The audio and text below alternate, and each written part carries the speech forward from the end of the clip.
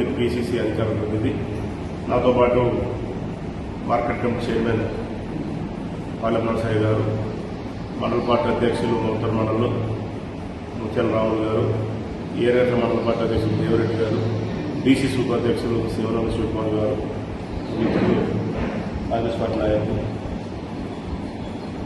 ఈరోజు కాంగ్రెస్ పార్టీ అధికారంలోకి వచ్చిన తర్వాత ఏదైతే కామారెడ్డిలో బీసీ డిక్లరేషన్లో ప్రధానంగా బీసీలకు రాజకీయంగా, సామాజిక పరంగా, విద్యాపరంగా, ఉద్యోగపరంగా, ప్రైవేట్ రంగాల్లో 42% రిజర్వేషన్లు కల్పిస్తామని చెప్పేసి ఆనాడు ప్రతిపక్షంలో ఉన్నప్పుడు నాటి పిసిసి అధ్యక్షులు గౌరవనీయులు రేవంత్ రెడ్డి గారు ఇచ్చిన మాట ప్రకారం అదే మాదిరిగా దేశంలో కూడా అట్టడు వర్గాలకు రాజకీయ చట్టంలో రావాలి, అవకాశాలు కల్పించాలనే విధంగా మా కాంగ్రెస్ పార్టీ అగ్రనేత, పార్లమెంట్లో ప్రతిపక్ష నాయకులు గౌరవనీయులు రాహుల్ గాంధీ గారు ఇచ్చినటువంటి ఆలోచన మేరకు ఈరోజు ఆ రోజు తీసుకున్న నిర్ణయంలో భాగంగా అధికారంలోకి వచ్చిన తర్వాత మొన్న శాసనసభలో బీసీలకు 42% ఏదైతే మనం మాటించిన దాని ప్రకారంగా అసెంబ్లీలో బిల్లు పెట్టడం జరిగింది. బిల్లు పెట్టిన తర్వాత ఆ బిల్లులో ప్రధానంగా అన్ని రాజకీయ పార్టీలు బీసీ రిజర్వేషన్లకు మద్దతు తెలపడం జరిగింది. అయితే ఎప్పుడైతే గౌరవ ముఖ్యమంత్రి రేవంత్ రెడ్డి గారి నాయకత్వంలో బడుగులకు పోయిన వర్గాలకు రాజకీయంగా స్థానిక సంస్థల ఎన్నికల్లో కావచ్చు, ప్రైవేట్ రంగంలో కావచ్చు రిజర్వేషన్ కల్పించిన ఉద్దేశంతో తీసుకున్నటువంటి ఏదైతే బీసీ రిజర్వేషన్ 42% ఉందో తీసుకున్న తర్వాత ఇక దేశంలో ఉన్నటువంటి భారతీయ జనతా పార్టీ నాయకులకు, అంటే రాష్ట్రంలో దేశంలో ఉన్న నాయకులకు, అదే మాదిరిగా టీఆర్ఎస్ అలియాస్ బీఆర్ఎస్ పార్టీ నాయకులు వణుకు పుట్టింది. వణుకు పుట్టిన తర్వాత ఇప్పుడు ఏమంటున్నారు అనంటే కొత్తగా నినాదం తీసుకొచ్చిన టీఆర్ఎస్ పార్టీ వాళ్ళు. ఒక పక్క టీఆర్ఎస్ పార్టీ అంతర్భాగంలో ఉన్నటువంటి జాగృతి కన్వీనర్ అధ్యక్షురాలు, శాసన మండలి సభ్యురాలు గౌరవనీయులు కవిత గారు ఏమంటుందంటే మేము బీసీల కోసం 42% రిజర్వేషన్ కల్పించిన విధంగా ప్రభుత్వంపై ఒత్తిడి తీసుకొచ్చినామని చెప్పేసి ఒక పక్క ఆనందం వ్యక్తం చేసింది. మరోపక్క ఏమంటుంది, పూర్తి స్థాయిలో దీన్ని అమలు చేయాలని చెప్పేసి 72 గంటల దీక్షకు కావాలా, మాకు అనుమతి కావాలంటే ఒక పక్క వీళ్ళు. ఇంకో పక్క ఎంత బాధాకరం అంటే టీఆర్ఎస్ పార్టీ ఈ నెల 8న కరీంనగర్లో బీసీ గర్జన పేరు మీద ఒక కార్యక్రమం చేపట్టాలని చెప్పేసి టీఆర్ఎస్ పార్టీ అన్నారు.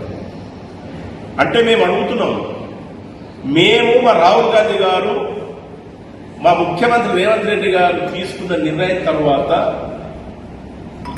క్లియర్గా మీకు మనుగు పుట్టిందనడంలో మీ రాజకీయ భవిష్యత్ అంతర్గతంలో బీసీలకు మేము దూరం అవుతున్నామనే అనుమానంతో మీరు కొత్త తెరపై తీసుకొచ్చారు.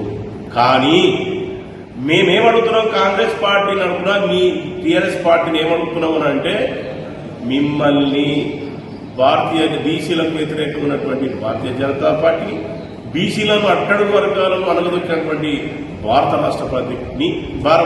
రాష్ట్ర సమితి టీఆర్ఎస్ పార్టీని బొందబెట్టి బోకారం చేసి మీ పార్టీని తునాతునకలం చేసేందుకే మా కాంగ్రెస్ పార్టీ మరి రేవంత్ రెడ్డి నాయకత్వంలో సిద్ధంగా ఉంది. మీ పార్టీలను నమ్మే పరిస్థితిలో తెలంగాణలో బీసీ నాయకులు, అట్టడు వర్గాలు, సామాజిక వర్గాలు నమ్మే పరిస్థితులు లేరు.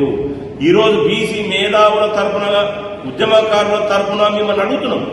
ఈరోజు కాంగ్రెస్ పార్టీ దేశ అధ్యక్షుడిని ఒక దళిత దాటి బిడ్డ అయినటువంటి మల్లికార్జున ఖార్గే పెట్టాము. అదే మాదిరిగా ఈ రాష్ట్రానికి అధ్యక్షుడిగా ఒక బీసీ నాయకుడినటువంటి మహేష్ కుమార్ గారు పెట్టాము. సామాజిక సమతుల్యం జరగాలనేదే కాంగ్రెస్ పార్టీ ఉద్దేశము. ఈరోజు మేము 2018లో పంచాయతీరాజ్ యాక్ట్ ప్రకారం తీసుకుంటే ఆనాడు 34% ఉన్నటువంటి రిజర్వేషన్లు మేము కల్పిస్తే టీఆర్ఎస్ పార్టీ నాయకులు అంటే కేసీఆర్ గారు 12% తీసేసి 22% తీసుకొచ్చినటువంటి గనుడు కేసీఆర్. అంటే 6-10 ఏళ్ల కాలంలో బీసీలను అట్టడు వర్గాలు స్థానిక సంస్థలు కావచ్చు అవకాశం రాకుండా విద్యా ప్రైవేట్ రంగంలో అనగదొక్కినటువంటి ఘనుడు కేసీఆర్. అదే మాదిరిగా దేశంలో ఉన్నటువంటి బీజేపీ విషయానికి వచ్చినప్పుడు ఒక్క బీసీ నాయకత్వానికి కూడా అధ్యక్షుడు చేయలేని బామనుల పార్టీ, ఆ పార్టీ ఒక అధ్యక్షుని కూడా అగ్రవర్ణానికి చెందినది ఇచ్చారు. అదే మాదిరిగా రాష్ట్ర అధ్యక్షుని కూడా అగ్రవర్ణానికి ఇచ్చారు. కానీ బీజేపీ పార్టీ ఏం చేసింది? ఈబీసీ కోట తీసుకొచ్చినటువంటి పార్టీ బీజేపీ కాదు. దేశంలో ఒక పక్క ఈ మధ్య రామచంద్రరావు గారు అంటున్నారు, మేము బీసీల కోసం పనిచేస్తాం, భవిష్యత్తులో అధికారంలోకి వస్తే బీసీ ముఖ్యమంత్రి అంటున్నాడు. అయ్యా, మీ బీజేపీ నాయకత్వం కోరుతున్నాం, మొట్టమొదటి మీరు పార్టీ అధ్యక్షుడు బీసీని చేయండి. అదే మాదిరిగా మీరేమో బీజేపీ వాళ్ళేమో ఈబీసీ తీసుకొచ్చి ఎస్సీ ఎస్టీ బీసీలకైతే పూర్తిగా నిరుద్యోగ పరంగా, ఉద్యోగ పరంగా, విద్య పరంగా, ప్రైవేట్ పరంగా పూర్తి స్థాయిలో అవకాశాలను దిక్కుదివాలు లేనటువంటి పార్టీ భారతీయ జనతా పార్టీ నాయకత్వం అయితే, వీళ్ళు కొత్త నిదాన్ని తీసుకొచ్చి మేము బీసీల కోసం పనిచేస్తామని చెప్పేసి టీఆర్ఎస్ అంటున్నారు. ఈ మధ్య నిన్న గౌరవ శాసనసభ్యులు బాలకొండ శాసనసభ్యులు ప్రశాంత్ రెడ్డి గారు మాట్లాడుతున్నారు, మేము ఎన్ని నాడు బీసీ కర్ణలు చేపడుతున్నాం. ఈరోజు ఏదైతే బీసీ నాయకుడు అన్నటువంటి ఒక అట్టడు వరకు ఇదంతా టీఆర్ఎస్ పార్టీ ఆడుతున్నటువంటి డ్రామాలో భాగమే. చివరికి ఎట్టి పరిస్థితుల్లో టీఆర్ఎస్ పార్టీ అధికారంలో తీసుకురావాలనే డ్రామాలో బాగా చేస్తున్నారు.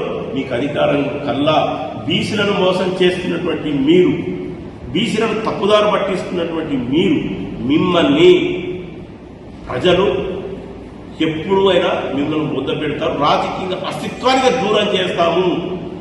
ఈరోజు బీసీ నాయకులను ఒప్పుకోరు, మీ పార్టీలో బీసీలకు అవకాశం ఇయ్యారు. బీజేపీ వాళ్ళేమో కనీసం ఓబీసీ నాయకుడు రాజాసింగ్ బయట చేసిండ్రు. బండి సంజయ్ రాష్ట్ర అధ్యక్షుడు ఉంటే ఎక్కడ పేరు వస్తుందని చెప్పేసి బయట ఎత్తేసి కిషన్ రెడ్డికి ఇచ్చిండ్రు. కనీసం పార్టీ నాయకత్వాన్ని సిద్ధాంతాల పరంగా ఉన్నటువంటి ఓబీసీ నాయకుడు రాజాసింగ్ కనీసం ప్రతిపక్ష నాయకుడు పాత్ర ఇయ్యలేకుండా నిన్న మొన్న వచ్చినటువంటి నాయకుడు బీజేపీ నాయకుడికి మహేశ్వర్ రెడ్డికి ఇచ్చినటువంటి పార్టీ మీరు కాదా? అంటే మొత్తం తీసుకుంటే భరాసా అంటే టీఆర్ఎస్ గాని బీజేపీ గాని బద్ద శత్రువులు, బీసీలకు బద్ద వ్యతిరేకులు అని చెప్పేసి స్పష్టంగా తెలిసిపోయింది. వీళ్లకు బీజేపీ పార్టీకి కానీ టీఆర్ఎస్ పార్టీకి కానీ బీసీల గురించి మాట్లాడే హక్కు లేదు. హక్కు పేటెంట్ ఉన్నది అని అంటే అది కాంగ్రెస్ పార్టీకి ఉంది.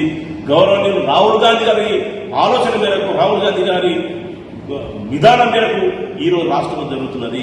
మేము బీసీలుగా ఉన్నటువంటి కాంగ్రెస్ పార్టీలో రాజకీయంగా మాకు కావాలని ఆలోచన విధానం తీసుకున్నప్పుడు మేము ఒక్కటే చెప్తున్నాము, మా బీసీల దైవము రాహుల్ గాంధీ గారు అయితే మా ధైర్యము ఈ రాష్ట్ర ముఖ్యమంత్రి రేవంత్ రెడ్డి గారు. వీరిని మేము చరిత్రలో బడుగైన వర్గాలు మర్చిపోవు. ఈ వీరు 42% రిజర్వేషన్ కల్పించే విధంగా ఎప్పుడైతే అసెంబ్లీలో మేము బిల్లు పెట్టిన తర్వాత ఆర్డినెన్స్ జారీ చేయమని చెప్పేసి గవర్నర్ పంపించిన తర్వాత ఈ రోజు జరుగుతున్నటువంటి ఇప్పుడు పార్లమెంట్ సెషన్స్ జరుగుతున్నాయి.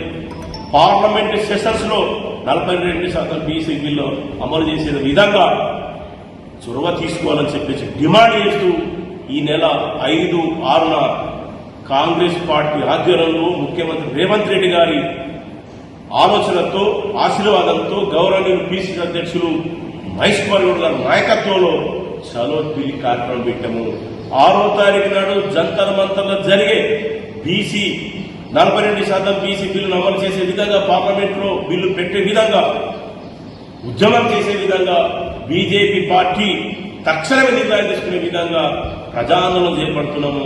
అందులో భాగంగా ఈ తెలంగాణ రాష్ట్రంలో ఉన్నటువంటి బడుగులకు, బయలు వర్గాలకు, విద్యావంతులకు, మేధావులకు మేము పిలుపునిస్తున్నాము. 5-6న జరిగే 42% బీసీ బిల్లు అమలు చేసే విధంగా జరగబోయే ఉద్యమానికి మీరు రావాలని, మీరు సంఘీభావం తెలపాలని, 6న జరిగే జంతర్ మంతర్లో జరిగే ధర్నా కార్యక్రమంలో పాల్గొనాలని చెప్పేసి మేము కాంగ్రెస్ పార్టీ తరఫున కోరుతున్నాం. చివరిగా టీఆర్ఎస్ పార్టీలో ఉన్నటువంటి బీసీలు, బీజేపీలో ఉన్నటువంటి బీసీలను మేము అడుగు. ఈరోజు ఈ మధ్య బీసీలు కూడా టీఆర్ఎస్ పార్టీ ఉన్న నాయకులను కూడా బీసీ నాయకులు కూడా మాట్లాడుతున్నారు. కాంగ్రెస్ పార్టీ తూతూ మాత్రంగా పెట్టింది, అది సాధ్యం కాదని చెప్పేసి. నేను అంటున్నా టీఆర్ఎస్ పార్టీలో బీసీ నాయకులకు బీజేపీలో ఉన్నటువంటి బీసీ నాయకులకు సిగ్గుందా అని అడుగుతున్నా. ఒక పక్క బీసీలకు కావాలని చెప్పేసి క్లియర్గా అంటే ఒక రెడ్డి సామాజిక వర్గానికి అంటే అగ్రవర్ణాల సామాజిక వర్గానికి చెందినటువంటి రేవంత్ రెడ్డి గారు అయినప్పటికీ ఆ వర్గానికి చెందినప్పటికీ కూడా రాహుల్ గాంధీ గారు ఇచ్చినటువంటి ఆలోచన ఆచరణ ఆశల సాధన మేరకు ఆయన నిర్ణయం తీసుకుంటే ఈరోజు దానికి సంఘీభావం తెలపాలా మద్దతు తెలపాల్సినటువంటి టీఆర్ఎస్లో కానీ బీజేపీలో ఉన్నటువంటి బీసీ నాయకులు మద్దతు తెలపాల్సింది పోయి వ్యతిరేకిస్తారా? అంటే ఎవరైతే వ్యతిరేకిస్తున్నారో మీరు బీసీ వ్యతిరేకులు, శుద్ధ వ్యతిరేకులు. మేము చెప్తున్నాం ఈ వేదిక పరంగా ఈ పత్రిక సమావేశంలో చెప్తున్నాం. టీఆర్ఎస్ పార్టీ ఉన్నటువంటి బీసీలు బీజేపీ ఉన్నటువంటి బీసీలు బయటకు రండి. ఆ పార్టీ ఉంటే ఆ పార్టీకి మరణ లేదు తెలంగాణ రాష్ట్రంలో. మీరు ఒకవేళ బీసీలకు కాంగ్రెస్ పార్టీ తీసుకున్నటువంటి నిర్ణయానికి ఏదైతే మాట్లాడుతున్నారో వ్యతిరేకంగా మాట్లాడుతున్నారో మీరు బీసీ వ్యతిరేకులే. మీరు బీసీలు కాదు అని చెప్పేది చెప్తున్నారు. కాంగ్రెస్ పార్టీ బీసీల కోసం ఒక పక్క నిర్ణయం తీసుకుంది, మాట ఇచ్చిన ప్రకారం అసెంబ్లీలో చర్చ జరిగింది. 42% బిల్లు ప్రవేశపెట్టి ఒక ఆర్డినెన్స్ ద్వారా తీసుకురావాలని చెప్పేసి గవర్నర్ పంపించిన తర్వాత ఇంతకన్నా ఏం చేయాలా? ఇంకా అందులో ఉన్నటువంటి బీజేపీ ఉన్నటువంటి బీసీ నాయకులు టీఆర్ఎస్ పార్టీ ఉన్నటువంటి బీసీ నాయకులు తక్షణమే మీరు బయటకు రండి. మీరు బయటకు రావాలి, లేకపోతే మిమ్మల్ని మీ చరిత్ర క్షమించదు. కాబట్టి అప్పుడే మాట ఇచ్చిన ప్రకారం రాహుల్ గాంధీ గారు ఇచ్చిన మాట ప్రకారము కామారెడ్డిలో తీసుకున్నటువంటి బీసీ డిక్లరేషన్ మాట ప్రకారము మాట కట్టుబడున్నాం. ఆ కట్టుబడులో భాగంగానే మాట చెప్పినాం, ఇచ్చినాం, ఇస్తున్నాము. ఇక బీసీ బిల్లును పూర్తి 42% అమలు చేసే విధంగా తక్షణమే పార్లమెంట్లో బిల్లు పెట్టే విధంగా మా పార్లమెంట్ సభ్యులు మా నాయకత్వము 7వ తారీఖున రాష్ట్రపతిని కలిసి ఒక మెమోరండం ఇస్తున్నారు. తద్వారా స్థానిక సంస్థలు కావచ్చు, ప్రైవేట్ రంగాలు కావచ్చు అవకాశాలు ఇచ్చే విధంగా నిర్ణయం తీసుకునే విధంగా రాష్ట్రపతిని కలుస్తున్నారు.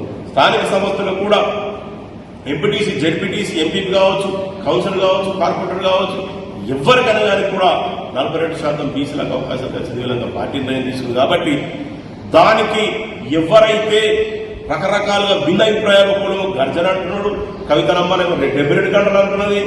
ఆమెనైతే ఎప్పుడు ఆనాడు 10 ఏళ్ల కాలం టీఆర్ఎస్ ప్రభుత్వం ఉన్నప్పుడు ఒకనాడు కూడా బీసీ గురించి మాట్లాడలేదు. ఆనాడు 10 ఏళ్ల కాలం ఉన్నటువంటి బీసీ నాయకులు ఉన్నటువంటి ఈటల రాజేందర్ బయటకు ఎత్తేసినప్పుడు మాట్లాడలేదు. కొత్త నినాదం సృష్టించుకున్నారంటే వాళ్ళు కాంగ్రెస్ పార్టీ తీసుకున్న తర్వాత బీసీల కోసం నిర్ణయం తీసుకున్న తర్వాత వాళ్ళ వెన్నులో సరిగుట్టిందనేది వాస్తవం. వాళ్లకు చరిత్ర క్షమించదు.